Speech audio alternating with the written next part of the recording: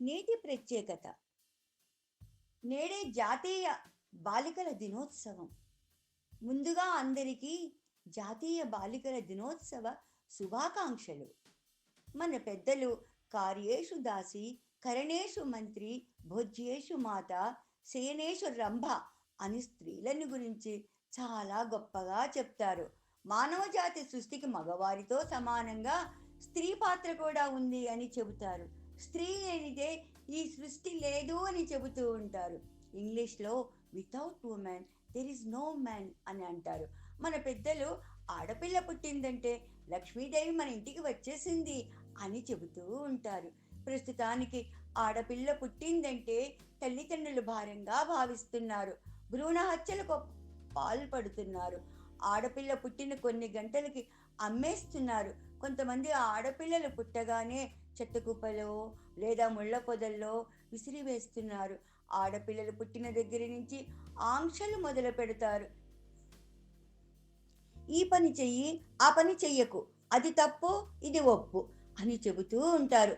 ఇవి కాకుండా ఆడపిల్లలు గర్భం ధరించినప్పటి నుంచి సరైన పోషకాహారం అందక ప్రపంచవ్యాప్తంగా 1,00,00,000 మంది చనిపోతున్నారు అని ప్రముఖ నోబెల్ బహుమతి పొందిన ఆర్థిక శాస్త్రవేత్త అమర్త్య సేన్ వివరించారు.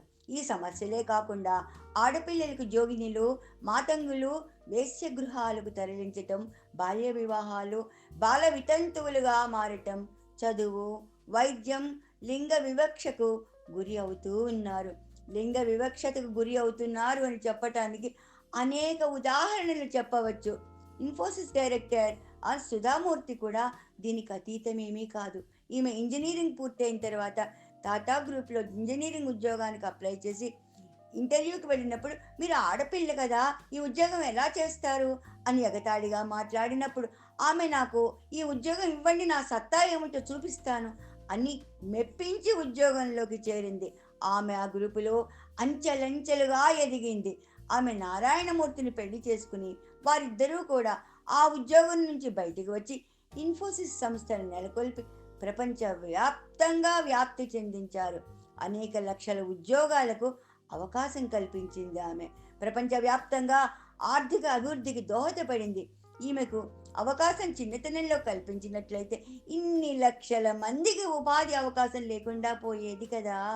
ఇంకొక ఉదాహరణ తీసుకున్నట్లయితే, పాకిస్తాన్ దేశంలోని కొంత ప్రాంతం ఆఫ్ఘనిస్తాన్ సరిహద్దుల్లో ఉంటుంది.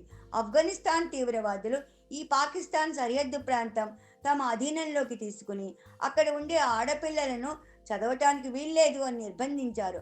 మలాలా అనే బాలిక తండ్రి మలాలా అనే బాలిక వారి తండ్రి ఒక చిన్న స్కూల్లో టీచర్గా పనిచేస్తున్నారు. ఆయన తన బిడ్డను తీవ్రవాదులకు వ్యతిరేకంగా చదివించారు. ఈయనకు మరియు ఈయన కుమార్తె మలాలా మీద అనేక బెదిరింపులు, హత్యా ప్రయత్నాలు అనేక సార్లు జరిగాయి.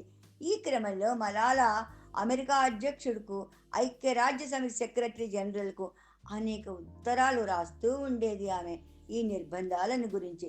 దానికి వారు స్పందించి ఐక్యరాజ్య సమితిలో ఆమె ఉపన్యాసాన్ని అనుమతించి ప్రసంగింపచేశారు. కేవలం 16 సంవత్సరాల వయస్సులో ఐక్యరాజ్య సమితిలో ప్రసంగించిన అతి చిన్న వయస్కురాలు. అంతేకాకుండా అతి చిన్న వయసులో ఈమె సహస్రానికి నోబెల్ బహుమానం కూడా ఇచ్చారు. చాలా దేశాలలో ప్రధానులుగా చేశారు. వారిలో భారత మాజీ ప్రధాని స్వర్గీయ ఇందిరాగాంధీ, పాకిస్తాన్ మాజీ ప్రధాని బెంజర్ భుట్టో, బ్రిటిష్ మాజీ ప్రధాని మార్కెట్ టాచర్, శ్రీలంక అధ్యక్షురాలు సిరిమావో బండారి నాయక్ లాంటి వారిని అనేక మందిని మనం చెప్పుకోవచ్చు. ఇలాంటి అవకాశాలు స్త్రీలకు కల్పించినట్లయితే అద్భుతాలు సృష్టించవచ్చని చెప్పవచ్చును కదా. అద్భుతాలు సృష్టించవచ్చు. కానీ బాలికలు ఇప్పటికీ కూడా లైంగికంగా వేధింపులు, విద్యలో, ఉద్యోగంలో అసమానతలు, సరైన ఆరోగ్యం లాంటివి లేకుండా ఉంటున్నారు. ఇలాంటివి లేకుండా భారత ప్రభుత్వం 2008వ సంవత్సరం నుంచి ప్రతి సంవత్సరము జనవరి 24వ తారీఖున జాతీయ దినోత్సవాన్ని జరుపుతున్నారు. ఈ విధంగా జరపటం వలన సామాజిక పరంగా బాలికలెడల అవగాహన ఏర్పరుస్తూ పైన చెప్పిన సమస్యలు లేకుండా చేస్తారని ప్రభుత్వం భావిస్తుంది. ప్రస్తుతం భారతదేశంలో ప్రతి 1000 మంది పురుషులకు 940 మంది స్త్రీలు ఉన్నారు. ప్రతి 1000 మంది బాలురకు 913 మంది బాలికలు ఉన్నారు.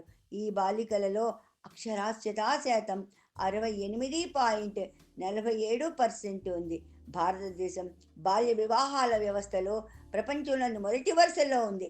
భారతదేశంలో బాల్య వివాహాలు 26%. రాజస్థాన్, పశ్చిమ బెంగాల్ లాంటి రాష్ట్రాల్లో బాల్య వివాహాలు సుమారుగా 45% ఉంది. ఈ ఉమెన్ ట్రాఫికింగ్ విషయంలోనూ, ఆడపిల్లల వ్యభిచారంలోనూ భారతదేశం అగ్రగామిగా వెలుగుతున్నది.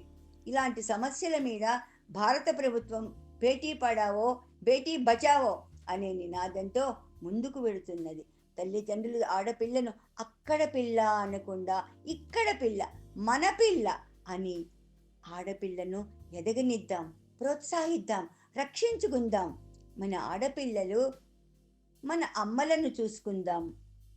మన ఆడపిల్లలమంతా మన అమ్మను నాన్నను చూసుకుందాం. వారే రేపు మనకి దిక్కు అవుతారు. ఆడపిల్లలే మనకు రేపు దిక్కు అవుతారు అని భావిస్తున్నాను. అందరికీ జాతీయ బాలికా దినోత్సవ శుభాకాంక్షలు. ఆడపిల్లను ఎదగనిద్దాం, దేశాన్ని అభివృద్ధి చేసుకుందాం. Here I want to mention a powerful quote. A girl is not just a daughter, she is the architect of a nation's destiny. Empower her and you empower generations to come. ఈ వ్యాసం అని పంపించిన వ్యాసకర్త కేలం ఆదినారాయణ గారు, గౌరవ అధ్యక్షులు చిన్న విజ్ఞాన వేదిక, పల్నాడు జిల్లా. వ్యాఖ్యాత శ్రీమతి లక్ష్మీ ప్రసన్న గారు, సంగీత ఉపాధ్యాయుని, Jyothi model school, Hyderabad. Video editing కుమారి జ్ఞానస్కంద, కళాశాల విద్యార్థిని.